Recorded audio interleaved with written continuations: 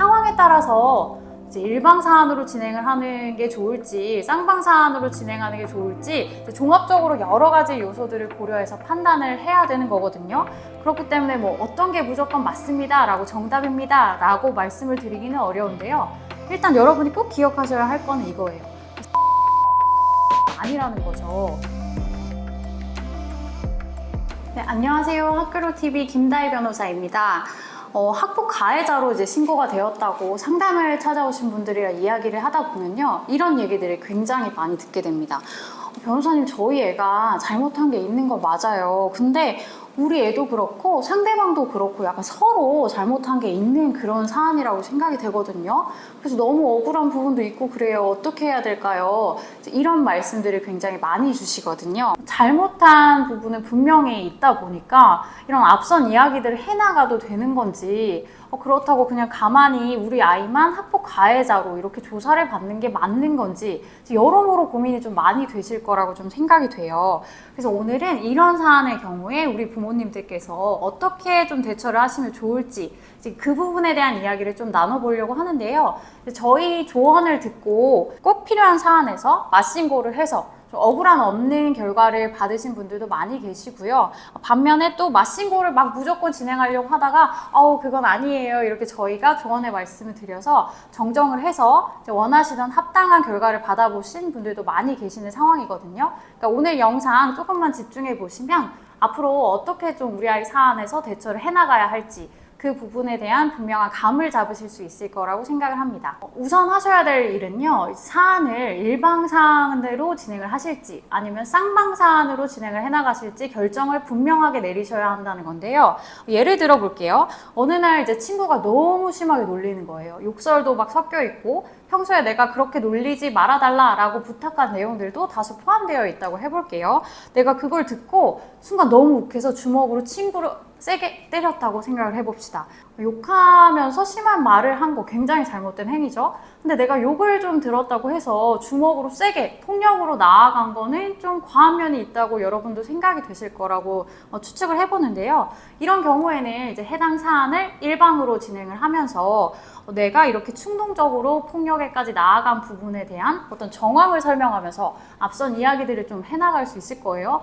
어떤 욕을 좀 구체적으로 들었는지, 평소에도 들었던 욕인지, 내가 어떤 부분 때문에 이런 욕은 나한테 좀 안 해줬으면 좋겠어 이런 말들을 좀 했었던 부분이 있는지 이런 이야기들을 좀 참작되어야 될 요소로만 설명을 한다는 거죠. 근데 만약에 이런 놀림이 이례적인 게 아니었고 상당히 오랜 시간 동안 지속된 거라고 생각을 좀 해볼게요. 그것 때문에 내가 학교 생활에 있어서 막 지대한 영향을 받을 정도였다고 생각을 해봅시다. 이런 경우라고 한다면 사안을 적극적으로 맞신고해서 쌍방 사안으로 진행해 나갈 수도 있을 거예요. 그래서 서로 간에 판단받아야 할 문제로 만들어 볼 수도 있는 거겠죠.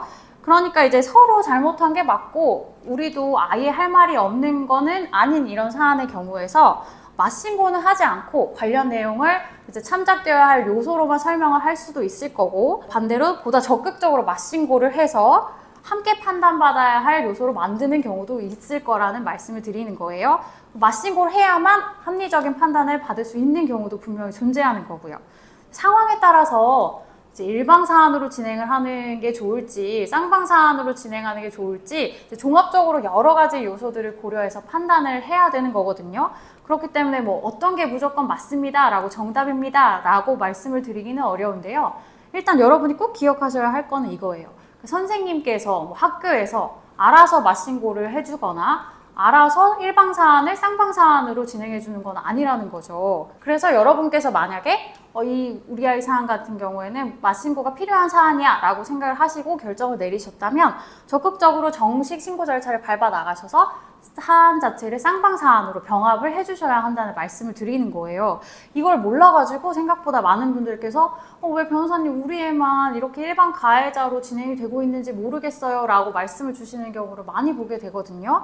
그렇기 때문에 여러분 반드시 사안을 일방으로 진행할지 쌍방으로 진행할지를 분명하게 결정하신 다음에 만약 쌍방 진행을 원하신다라고 하신다면 반드시 신고 절차를 밟아 나가셔야 한다는 부분을 꼭 기억해 주셨으면 합니다. 만약에 이제 어떤 방향이 좋을지 너무 고민이 된다, 결정을 못 하겠다라고 하신다면 이 부분에 한해서라도 전문가의 상담을 받아보시는 게 맞을 텐데요.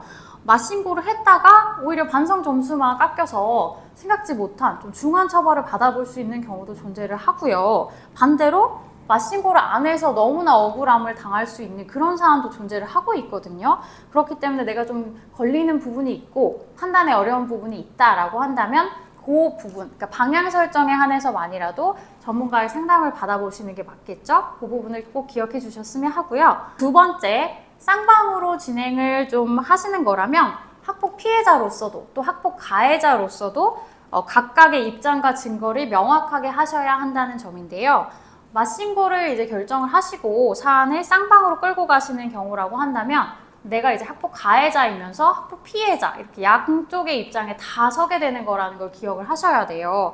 그래서 뭐 작성하게 되는 학생 확인서나 보호자 확인서도 각각의 입장에서 두 부씩을 작성을 하게 되는 거거든요. 근데 이제 상담을 진행하다 보면 굉장히 많은 분들께서 피해자로서의 상황에만 너무 몰두를 하셔가지고 해당 입장만 설명을 하시고 관련 증거만 장황하게 제출을 하시는 경우를 굉장히 많이 보게 돼요. 근데 이렇게 하셔서는 결코 안 되는 게 공격에만 집중을 하고 방어에는 완전히 무방비 상태가 되어버리는 것과 마찬가지인 그런 모습인 거거든요.